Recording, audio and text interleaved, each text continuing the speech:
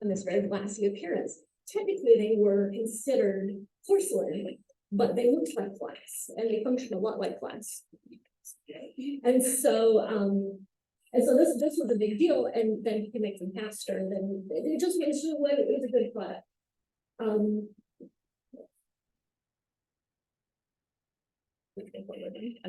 Oh, there it is. Okay, Thomas was his brother, and Thomas went to the United States because this was a really good idea. He got a patent in 1841 in the United States for the same thing. And so the two of them started making buttons.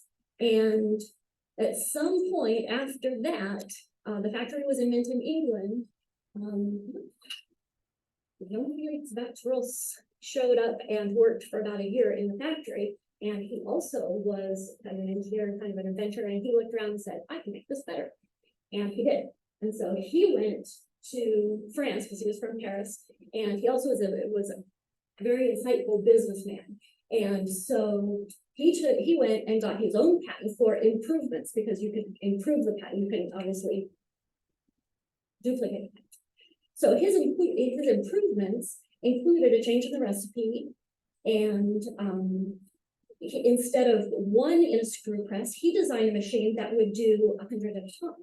So he's got this big thing that would make these buttons 100 at a time. And suddenly he could make a lot of buttons. And then he also adjusted it to make beads as well.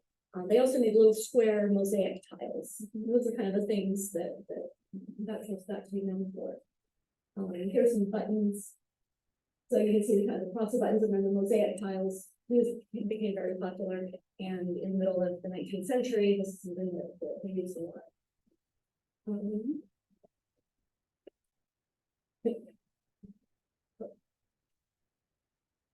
This is a picture that Fleur first took from Briard. There's a place behind the old factory that's a garbage dump, and you can just kind of see some of the buttons and beads and things that were made. We're going to talk about Briard, which was Vatros, and then the Blance in Bohemia, which is now the Czech Republic, started making the beads as well. Those guys. This is the factory, the Vatros factory in Briard, France. Vatros was kind of, and this is where the anthropology of this story is so fascinating to me, because he was like the Henry Ford of Paris. He had an office in Paris, but he bought this porcelain factory in Briard and converted it to make his buttons and beads. And he was very progressive. He had this whole factory and housing for his workers, and he built a hospital and a school and a church. I thought it was really interesting, for example, that he built a school right next to the factory. And my first thought was, oh, I see. So this is so that he could have women work in his factory and their children could go to school. And then I realized, no, it's so that the children could leave school and go directly into the factory. Right now, whichever way you look at that, it was progressive, right? Because in the 19th century, oh my gosh, here's a guy who, yeah, child labor was a thing, whatever you want to criticize about that. But this guy was educating these kids. Like, he wasn't just exploiting the children workers. That was normal. The fact that he was educating them was what was unusual. So this guy was really amazing. He cared about his workers. This whole town loved this guy. When he died, 10,000 people showed up to his funeral. To this day, there are monuments in Briard to John Felix Vatros. So you can see this is kind of worker housing, and the garden, you know, the families would have gardens and then they'd go and work in the factory. He even had a dairy farm. I'm talking about why that was important, but he had everything that was needed in this factory to produce his products was all on site, including a dairy farm, because one of the things he added to the ingredients was milk. And so he had his own cows, he had everything. So here's Briard. So here's Paris up here. You're about 40 miles south is Briard. And let's see. Okay. So over here, right here is Freiburg, Germany. And then over here is the Blance. And I'm going to give you just a little bit of geography here. The Blance is part of the Czech Republic, and in the 19th century it was called Bohemia, and population-wise it was about half German descent or ethnicity and half Czech ethnicity. And so the town was mixed in that way ethnically. After World War II, the Germans were evicted. Literally every German was kicked out. And they changed the name from Jablonz to Jablonitz, if I'm saying that right. And so that's how it's known now. It's Jablonitz on the river. But this city was actually a huge center for glassmaking generally. You see, if you've ever heard of Czech glass, there's all sorts of things that came out of Bohemia and specifically Jablonz. And so we had this whole community of manufacturing going on in Jablonz about in the last half of the 19th century. Okay, so while Baptros was here building this huge factory, we had glassmaking up here, and then in Freiburg there was a guy named Reisel, and we don't know, there's just not a lot of literature. We don't know exactly what Reisel's relationship was to Baptros. What we do know is that about 1870, 1880, somewhere in there, I can't remember the exact date, Reisel sent a letter to Baptros and said, hey, there are these two brothers over in Bohemia who are trying to replicate the Prosser beam process, and we should watch out. And they actually formed a plan to sabotage the whole thing. They sent a spy in. Well, what happened was, the Riddlehammer brothers, Edward and Albert, these two were hotshots. Their father was very rich. He had a glass industry empire going on. And the dad set these two boys up with an exporting business. They failed miserably. They were terrible at international sales, but they were really smart. They were inventors. They were motivated. I think, I don't want to say they were playboys. Maybe they seemed like young, scrappy, all those things, right? And they convinced their father to give them one more opportunity, and he financed a glass factory. And what they did is they did, in fact, infiltrate the Prosser bead manufacturing. I think at this point, there probably was Prosser beads being made in Freiburg and possibly a couple other places, but Baptros was the main producer. Somehow they figured out that there was this process and they were able to duplicate it and get their own patent. The problem was the ingredients were a little tricky because you had to get it right, and it was feldspar, and originally they were using clay, and then Baptros came and said, we don't need the clay, we're going to use milk to make a paste out of these powdered ingredients. And so I think the Riddlehammers may have used water. They actually got a chemist and took lessons and tried to learn all the chemistry involved, and they came up with a process and were incredibly successful. By 1890, they were winning awards at the World's Fair, and they were a big deal. And so the Reisel Baptros plot to make sure they didn't enter the market failed miserably, and they became the #1 competitors to Baptros. All right, how are we doing? Good. So that brings us to raw materials. So what are the raw materials? The original process or Prosser patent used clay earth materials that were dried in pulverized ground together with flint or feldspar. So mostly we have, at that point, it was kaolin clay, feldspar, and then quartz sand. Those are like the main ingredients. Also, by the way, the main ingredients in glass. Am I right? Ish, not clay. That's where we kind of, the Prosser beads and Prosser buttons interfaces with their porcelain. Well, when they have the clay involved, then yeah, I'd call them porcelain.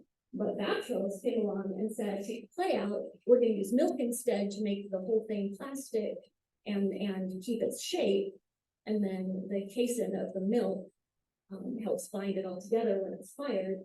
And so now I'm looking at this one. Well, this is more glass than porcelain. So there's discrepancies in the literature about which column, but those are the main right now. These are our main ingredients that we're interested in: feldspar, the quartz, and then whatever agents would color them. Like I said, the red beads you had, where'd the red beads go?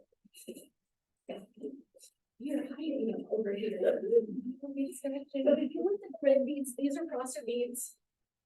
Talk a minute about them. They have a ridge. It's the way you find out is there's a ridge that's the mold marks on them. These, I think I did scan these. These are a little bit later production, but they are colored with cadmium, so don't eat the red beads.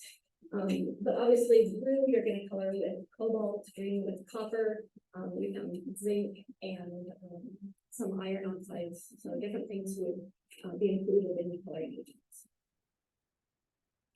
So the Vatros production was this huge project, and Vatros had 3 daughters, and they all married smart guys who came in and took over the business and helped run things. And oops, sorry. Somewhere up here in Norway, they actually bought a feldspar mine, and so Vatros not only had his own source of feldspar and brought it down the Loire River, he built a canal over the river to go straight to the factory. So like he was shipping, this was a huge production, but he was shipping all his raw materials. So feldspar was the main ingredient that was unique to the Vatros product. And then the Fontainebleau sand is in the Paris Basin. There's a huge sandstone formation. If you're into geology, this is really fascinating. The Fontainebleau sandstone formation in the Paris Basin is pure quartz, and it's very, very pure quartz. And when it erodes out, the grains are very uniform, and so it makes really good what they call glass sand. So you're gonna have your quartz, and it was close enough to Briard that I'm going to assume that probably was the source. In fact, one of my references says that's the source that Vatros uses. What we don't know is what they were using in the blocks. We don't know. I don't know where they were getting their ingredients. I don't know exactly what ingredients they were using. My impression from the reading was that they were being a little more sloppy, a little more seat of their pants kind of operation. But the Vatros raw material supply line was pristine. Okay. So it's a long story how I ended up in trade beads. The short version is I had a friend who has a collection, and he said, scan these beads. This is one frame out of hundreds of frames that he has. He has all sorts of things, but the 2 middle strands with the blue and the green beads are the ones that I scanned. The ones on the outside are not cluster beads, but the inside ones are. I didn't know that. I was like, okay, I scanned them. I scanned them, and I'm like, okay, I need more information about this. I sent a picture to Dr. Blair. He goes, "Those are cluster beads, aren't they?" I'm like, "What? They're what?" And so then he sent me all the literature, and I'm like, oh my gosh, they are. And like I said, the diagnostic is there's a ridge around the middle. These are round or oblate. Is very common to find tube-shaped ones, so just with straight sides. But again, you'll see that. Then also one side of the perforated end will have kind of a rough, what they say, orange peel texture because it sat on they turned it out of the mold and then put it in the kiln. And so the top side will be smooth because it was fired, but then the other side will have kind of this texture to it. And so that's one of the diagnostics. So you can kind of tell sometimes that round or that ridge around the equator of the bead has been ground off. Sometimes it just wears off. Some of these beads you can barely see. Sorry. There's one of the strands. There's a random Russian bead in the middle. I didn't use that in my study, but we'll talk about Russian beads later. And so, but you can see that there is a band on these. But it's very smooth. You have to work really hard. And so I didn't notice it at first. This one you can see a little bit better right here. This is that band. And if you want to come and touch the beads, it's okay. There, you can see the band on the as well. These others are not processors, but like, oh, I have a whole nother. Okay, these are my other processors. So I do have more processors. You're welcome. Okay. All right, so I'm gonna back up real quick and just say one more thing about this before we skip out of the historical part of this. So all of this started in about 1864 was when Briard started. By 1890, we're getting beads out of Provence. Vatros had passed away. His sons-in-law carried on the factory and manufacturing. Well, then we get into the 20th century, and so we start having some real economic pressure on the bead making. The markets are starting to decline a little bit in the United States or in North America generally. we're into the reservation period. So Native Americans, in some ways, it increases the demand for beads because we have this popular culture being proliferated with Bill Cody and the Wild West show. But at the same time, the Native Americans are being put onto reservations. They're finding other sources of beads, and so we've got some instability in the market generally. And then we have the World War. Now, in 1920, it got so bad that they actually formed kind of a syndicate of specifically crosser bead manufacturers, and there were like 6 of them. So we kind of can look back and say, and Riesel was ones we had, the Riesel and the Bactros and the Blancs. And the other is, I think this panther head. So the sample cards would be sent out, and once we got this syndicate going, they all started marketing their beads in similar ways and using some of the same distribution and sales channels. The international sales guys, they set up a sales corporation that would distribute beads from all the manufacturers. So now, once you get into the 20th century, then you've got a lot of mixture of, we're not sure where they were made. They all came through the same distribution channels. The panther head was featured the Metal Hammer. Then you had a lion's head that was Bactros, and I think there was another animal. I can't remember. I think it was a lion that was Riesel. So if you find a bead card that you can identify, but you can't identify the manufacturer based on just looking at the bead, right? So the whole point here, so the whole point is, my research question is, if we scan the beads with XRF, so X-ray fluorescence analysis, we're going to get a list of elements that are in bead, right? And can we determine which factory made these beads based on what the elements are when you scan with the XRF? You with me? Okay. So this is done with obsidian, for example. You can source obsidian because every volcanic event is individual and has a chemical footprint, right? So, and you look at rubidium, strontium, yttrium, zirconium, and the ratios can tell you, especially in the Great Basin where I've been studying, we have all the sources. You can match up the data pretty easily. XRF is great for sourcing obsidian. So the question is then, can we do that with the glass beads? This is just, so I weighed and measured the beads. This is the XRF. So we were in Richard Shipley's house and propping the beads up with a hook and duct tape and cardboard, and like you feel really sciencey when you're doing that, right? Like real scientists use cardboard and duct tape. I'm quite sure. So that was my study. You can see the arrowheads. If you're an archaeologist, that makes your head hurt maybe. But I'll tell you more about that if you want separately. Okay, so the first thing you do with the XRF is you're going to scan the bead, basically quick physics. This is why I love archaeology, by the way, because we've done history. There's a little bit of theory in there, and then you've got geology, and now you've got chemistry and physics. And so that was really doing all the things. So now we're going to leave the historical part and talk a little bit about the hard science part. And I love this. So when you scan the bead, basically you're shining an X-ray beam at the object, and then it reflects back, and there's mass spectrometer that reads the levels, and the spectra that you get back are relational. So it's going to tell you how much of this element versus how much of the next element. So each peak represents a different element, and it's going to reflect a different energy. Is that right? Did I explain that well enough, do you think? Enough? Dr. Blair wrote the book. Well, the chapter 14. Yes.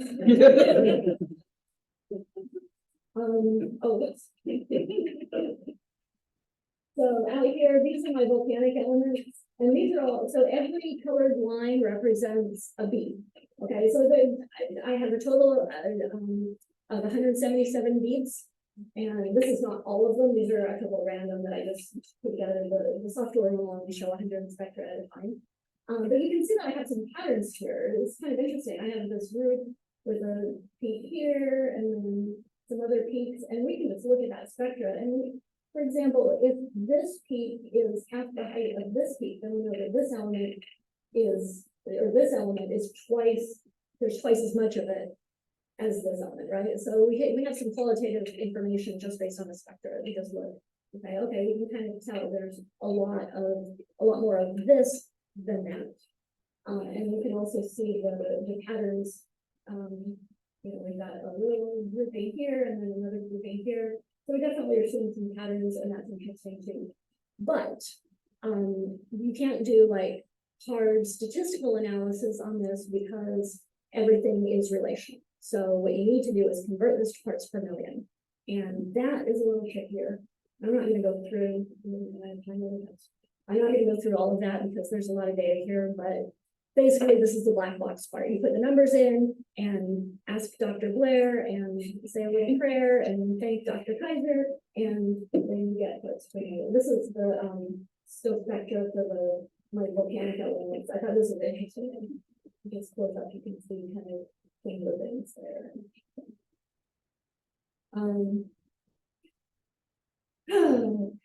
You don't really want to do all of this. Let me okay, so feldspar. Let's talk a little bit about geology for just 1 second. Feldspar is an aluminous silicate. Okay, so basically it's aluminum and silica.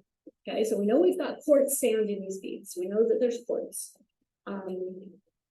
We know that there's calcium carbonate and some other things in there. Okay, but then we've got feldspar. So how do we identify feldspar? What are we looking for when we're looking for feldspar? Well, we're looking for aluminum and we're looking for silica, and then the alkali feldspars have a third element, either sodium or potassium or calcium.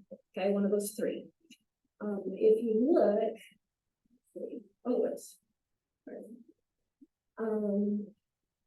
so sodium, potassium, and calcium. Well, rubidium and strontium are here. Geologically, you can have the rubidium or strontium leach into the feldspar and replace either the potassium or the calcium, sometimes the sodium. And so if you see rubidium, that's actually not a volcanic event, which is what I thought originally. I'm like, oh, I can identify this with volcanic elements, trace elements, but I think that because the feldspar, those elements get replaced, I'm probably looking more at that process when those elements show up in the data. Okay, so the first set is just qualitative data. So I'm just doing a histogram, trying to find out, okay, what are the relative amounts of different elements? So potassium. These are every beads. This was the first set. So I had 100 beads here, and you can see potassium, there's really a high variation here. Those are all different. Like, you would think that if one manufacturer made these beads, that you would have kind of the same dry ingredients. You'd have the same elements. You'd have the same raw materials, right? But it looks like that's really different. So that was my first sign that this is kind of encouraging. Same with, well, this is cobalt. So cobalt is going to make a blue color, right? Well, I've got a huge variation. Look at this. I was like, wow, this variation is kind of stunning. It's so different. But we need to look at the parts per million and really see how each bead relates to another. This is my silica, same thing, lots of variation. And then copper. Copper is used. Now, this is interesting. Look, some of these are exactly the same with copper. So why is there such homogeneity with copper, but so much variation with cobalt? So that was an interesting question to look at. So I separated the beads out by color.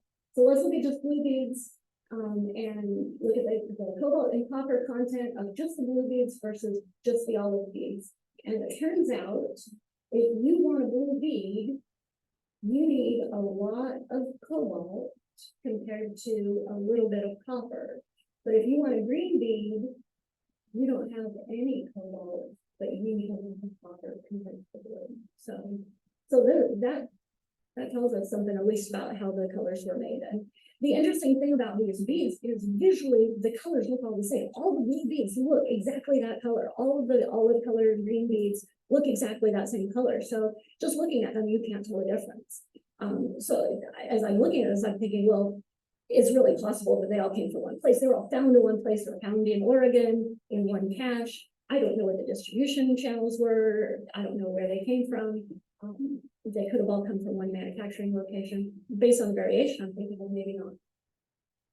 I'm going to skip ahead a little bit, but you can see, again, I've divided by color, so my black beads are here. This is cobalt. Yeah, this is cobalt. So again, huge variation of cobalt just in the black beads. Huge, these are the blue beads. Huge variation in cobalt in the blue beads. Burgundy, we have one little outlier. The green beads, all of these are green beads, and look at the cobalt. It's really pretty consistent, and then look the same for white. So, the same. This is the copper. Again, copper. All the blue beads have the same amount of copper. Like that's really interesting. Hey guys, this is even fun. Okay. So this is the part where we take the spectra, put in the black box, say a little prayer, and we get parts per million values for each bead. So each bead, now every element, I have a number that tells me parts per million. So now I can evaluate the each element within each bead. Okay, so the primary elements now, because I didn't use a helium flush on the XRF, I don't have sodium. Sodium is so light that I can't measure it with the XRF without the helium. But the other ones, I've got silica, I've got aluminum, I've got potassium, I've got calcium. Okay, so the silica I expect to be high. That's quartz, right? So I expect a whole lot of silica, and then my aluminum because of the feldspar, and then what goes in the feldspar with the aluminum silica? Well, I don't have sodium, I can't evaluate that, but I have potassium and I have calcium, so I thought that was interesting to consider. Okay. All right, so I know.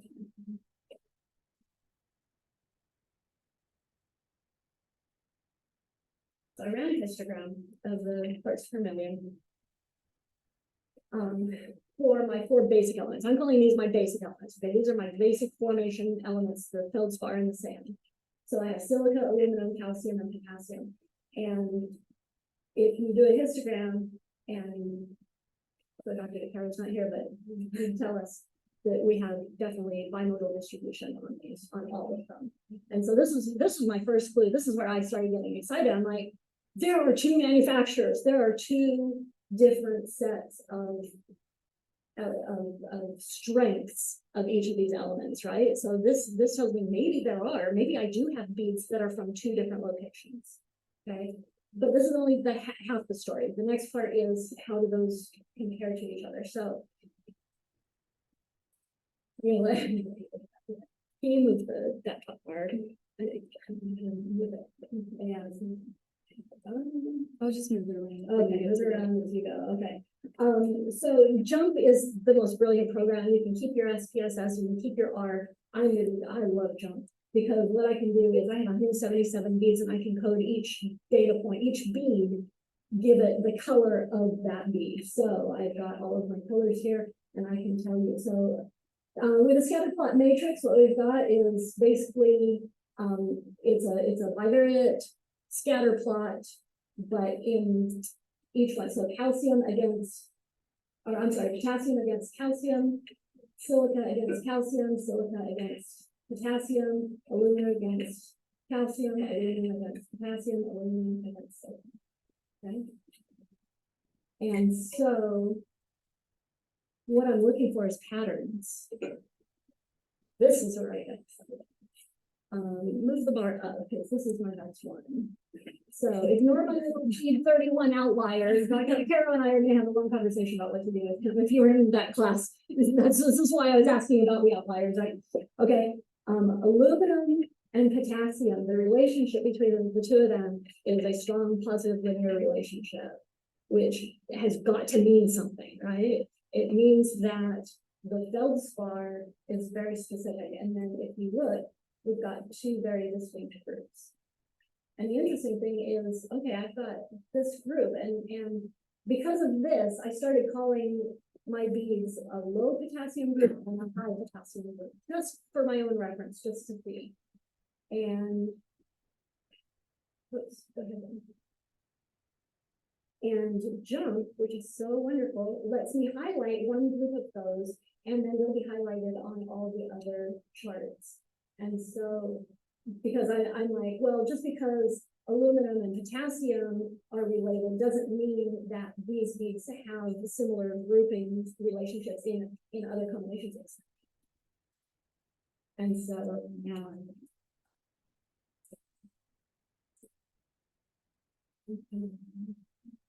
okay, so then we've got bivariate plots for one, but now we've got ternary plots.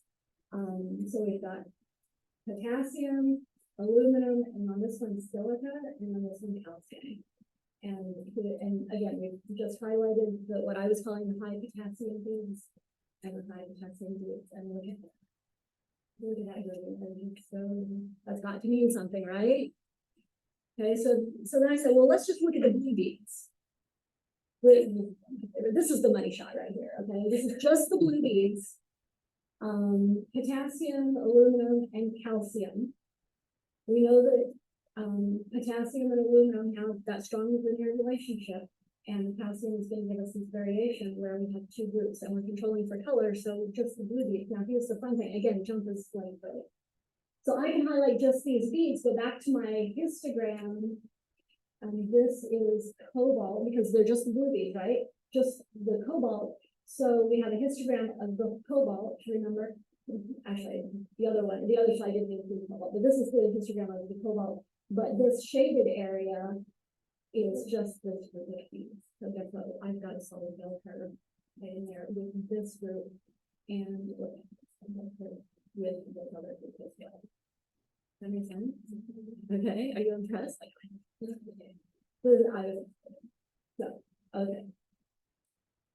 I'm pretty much out of time. For the record, so now we get into the ANOVA testing. Now we're doing some more complicated things. These are by bead color, and each just an ANOVA test for each of these 4 elements. And so each horizontal line is the mean. And so you can see which elements, where the beads are falling below the mean and above the mean, and what the distribution is. And someday I'll finish my thesis and you can read it. Okay, one more thing. So the next thing, remember I told you about the White Arabia, right? In addition to all the cluster of the blown beads, there were a lot of cluster beads, but there were cluster buttons. There were thousands and thousands and thousands of cluster buttons. And when I drove out from Utah, I stopped in Kansas City and literally spent the day and made really good friends with the 2 ladies that worked there. And I emailed them and said, I have access to an XRF and I have to do this research paper for Dr. Picaro.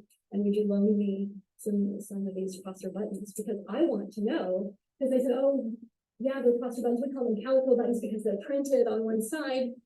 That's what they didn't even know. There's so little literature on even the cluster buttons. But remember back in the beginning, we had in Minton, England, they were using these buttons. We think these were made in Briar. So now my question is, what I've learned about the cluster beads, can that be translated to the cluster buttons and give us more information that might be temporal diagnostic and potentially diagnostic of manufacturing location? Were these made in England, in which case they may have been made before because the Minton factory actually closed down, or were they made later in Briar? I don't think these particular buttons were made in Bohemia. They're likely from Briar, but if they are, then are we going to see similar patterns with the elements that we saw in the cluster beads? So more to come. This has been fun. Thank you so much. I appreciate everybody.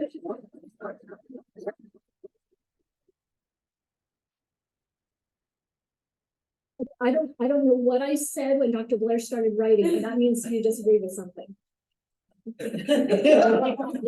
No, I was just trying to write down the conversions between your parts per million and weight percent, trying to figure out what the percentages were, and see how they compare to class. Okay, well, fine.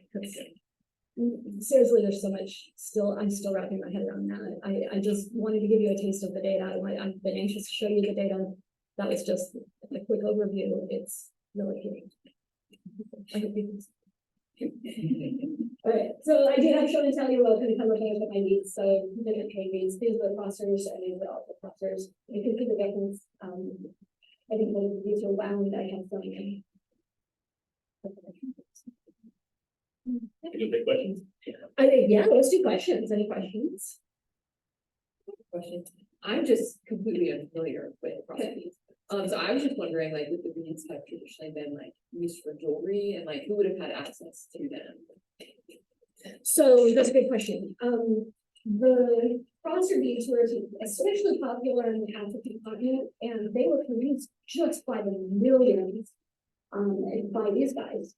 And so, for example, this is a Turkana belt made with bronzer beads that came out of Kenya. Probably, I'm just sure you probably maybe a little bit later. So, and it's made with antelope toe bones. So I'm gonna put it up here, you're welcome to come look at that.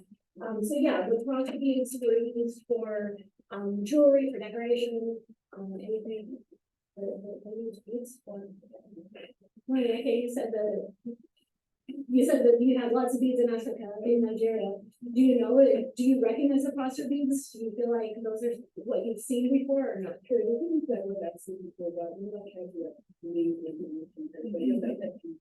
And that's because there's so little research, there's so little information in the literature. So let's change that a little bit, but that's great. I'm excited that you've seen them.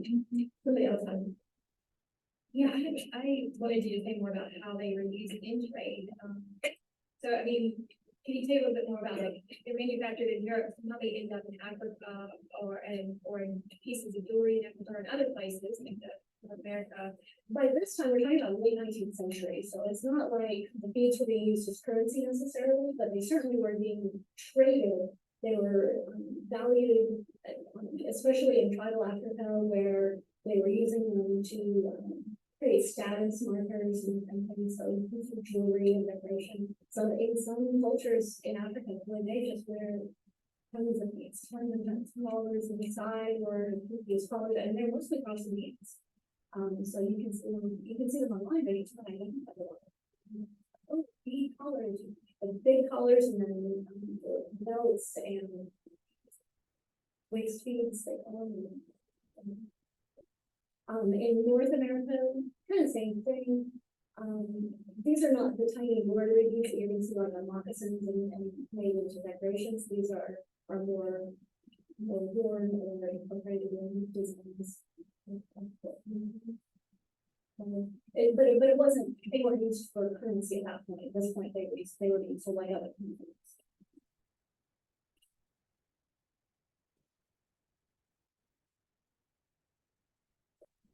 Oh, I can have so, Or go ahead. the XRF, could you explain more about how that process works? I saw that you guys were using the duct tape in the book. Yeah, could you go on about that? Because I'm interested in, what else that could be applied to. Could that be applied to, bone material, metal materials? Yeah. So, the thing about the XRF is you really need the homogeneous materials. So even like ceramics, it's gonna be problematic because there's so many, you've got your temper and clay and different things. Glass is particularly well suited for the XRF because it's homogeneous, right? It's all melted together and so, you might think, in some cases, I've seen some cross beads that look a little grainy, but I'm thinking, oh, it might be a little sketchy with the XRF. But it's really well suited for obsidian. I know it's used in, now in the geology industry, so they go out prospecting and they'll drill pores and then do the XRF on the samples and figure out what's there. So the handheld machine is the one that we have here, is a Bruker, is that right? It is. And so it used to be, you know, a big machine, you have a wavelength distribution, the wavelength district, say like Energy my brain stopped working, so EDMW, so it's an energy dispersive, there it is, energy dispersive, XRF, and it's like literally this big, it's like a big ray gun, so, yeah, like, you know, the tricorder on Star Trek, it's basically that. So could we use it on any like field metal materials since that those could be possibly more homogeneous? Yeah. So I can grab a railroad spike and we can like look at next week. Yes, please, let's do Okay. that. Okay. It's my intention to be the XRF expert, I mean, like, with the help of Dr. Blair, this is why I'm here, just because literally, Dr. Blair. But, yeah. But it was really good. I mean, the beginnings and the XRF, and then, but here I am, and so, yeah, let's do that, so any opportunity, anybody wants to look at anything, call me and I'll be like, oh, can we use that? Sorry. I didn't know, apparently there's the university has some safety thing we have to do, so we. So yeah, let's do it, bring all the stuff, like I said, metal is great, some minerals, glass is great, and then it just depends on what you want to probably do. Yeah, there's a Zoom question, yep. How do you explain the consistency of the color, but the variation in the? That's a good question, and it's a reasonable question to ask. The answer, there have been other studies on the cobalt specifically, turns out you can use a lot of cobalt and not really impact the color, but copper really impacts the color, so you have to be very careful about the color, or about the amounts that you use. So, based on some other studies, I would expect to see a high variation of cobalt, but very specific amounts of copper to achieve the same color. But it's definitely something that's interesting because you wonder, well, if it doesn't affect it that much, then why would you use more cobalt to make a blue bead? Is it because we have different manufacturers, because we have different workers, because we have a different recipe? What are we doing differently at one location versus the other? And can that be diagnostic of the location? That's definitely a question. So then, I would imagine that in these factories, they would have chefs and people coming up with the recipes Very much so, yes. for these things and experimenting to get it. And that was one of the strengths of both factories, is that they did continue to adapt and improve their technology and their recipes as they went. And so that brings us another question. Is there changing recipes that changed over time? So if we're seeing different mineral combinations, is it because they're different factories, or because it was the same factory just maybe at different times? One was before the war. Now, I do know that after World War II, the Batros company sold the feldspar mine and started getting their feldspar from France. And so, because it was cheaper and the economic situation in Europe obviously was terrible. And so they scaled down, and then eventually after the war, both companies eventually stopped making fossil beads. They continued to make the mosaic tiles for quite some time. Eventually the equipment, the presses and everything from Briar were sold to Morocco, and we continued to make tiles in Morocco. There's also like two to the question.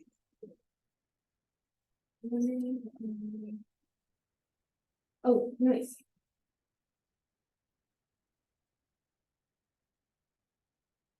The answer is probably yes. I don't know enough about the different feldspars.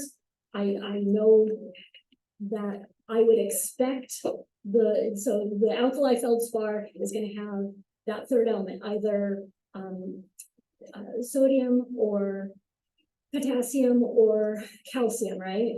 And so I would expect that the amounts of those relative to the sample of feldspar should be consistent if you're getting the feldspar from the same source. Does that make sense?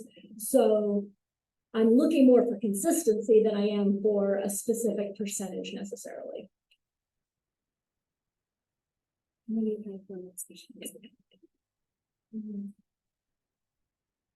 Interested in these beads, as well as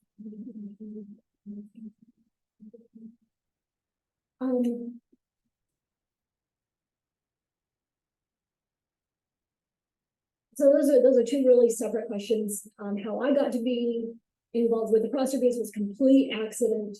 I showed up and Dr. Bruce Kaiser was the one that helped me with the XRF. He literally invented the Burger XRF, and he lived in Salt Lake, and he trained me and loaned me a machine. It was great. His good friend with the collection said, "Here, use these beads," and I did, and then found out that they were cluster beads, and kind of went down that rabbit hole after that. What does an understanding of their origins reveal? That's a good question. As anthropologists, we want to know, what does it matter? Like, I can describe the beads all day long. I can tell you what they were made of. I can even tell you that they were made in 2 different places. But what does that mean? Like, why do we care?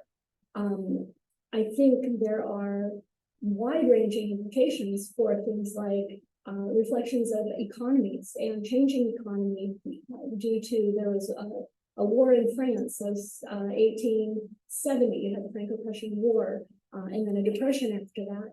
The interrelationship between the different manufacturers, did Rysel and Vaptros, were they supplying each other? Was Vaptros supplying Rysel? I suspect that he was. So they probably had they obviously had a friendly relationship as manufacturers. They tried to keep the Rettelhammer brothers out. But then when they couldn't do that, the Rettelhammers now are successful. So there's a whole story of international cooperation and competition in Europe during that basically 100-year period of the 20th century, from about 1860 to about 1960.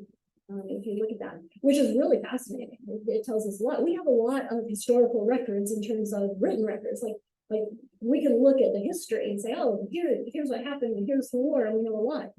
But then we have gaps. There's things that we just don't know. And so examining the material remains can help us fill in some of those gaps, and vice versa. So for me, it's all part of the story. And then of course you've got the story of international trade. The way the distribution networks were run, and the people who were selling into Africa. There were sales guys who would go and live in a tribal community literally for 2 years and start sending back orders, and based on what they observed in the culture and how people were using the beads and what they felt like they needed in terms of like colors and shapes, sizes and things. And the same in North America, probably not as much as in Africa, but there's just a lot of interesting stories to tell.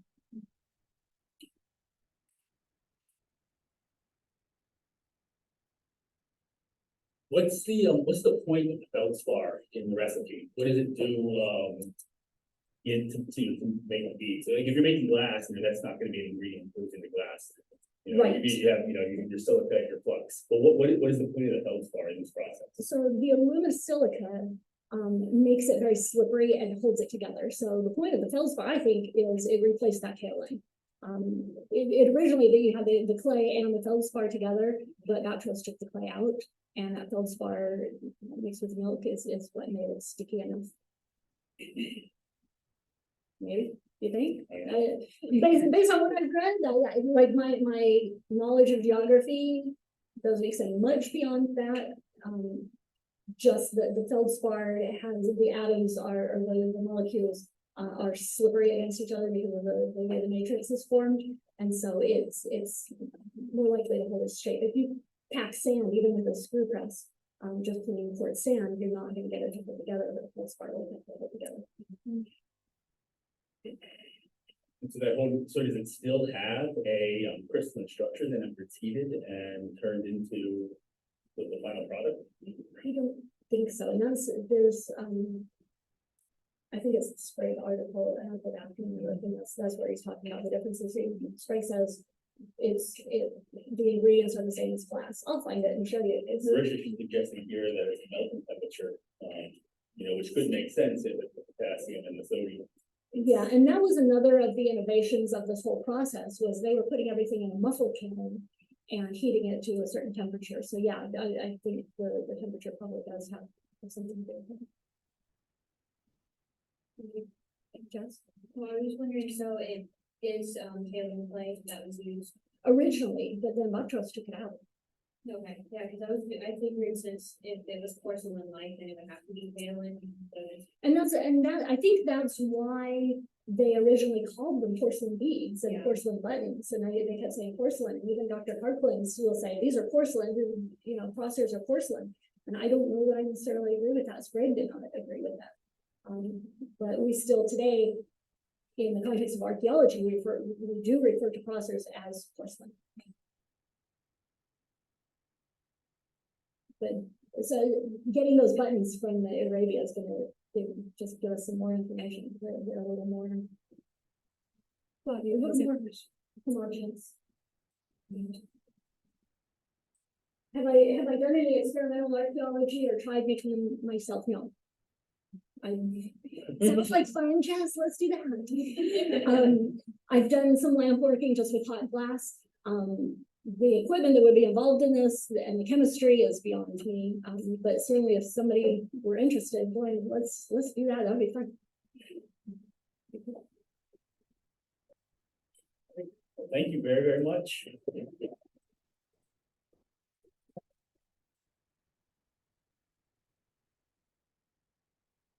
For the series here, Dr. Lynn.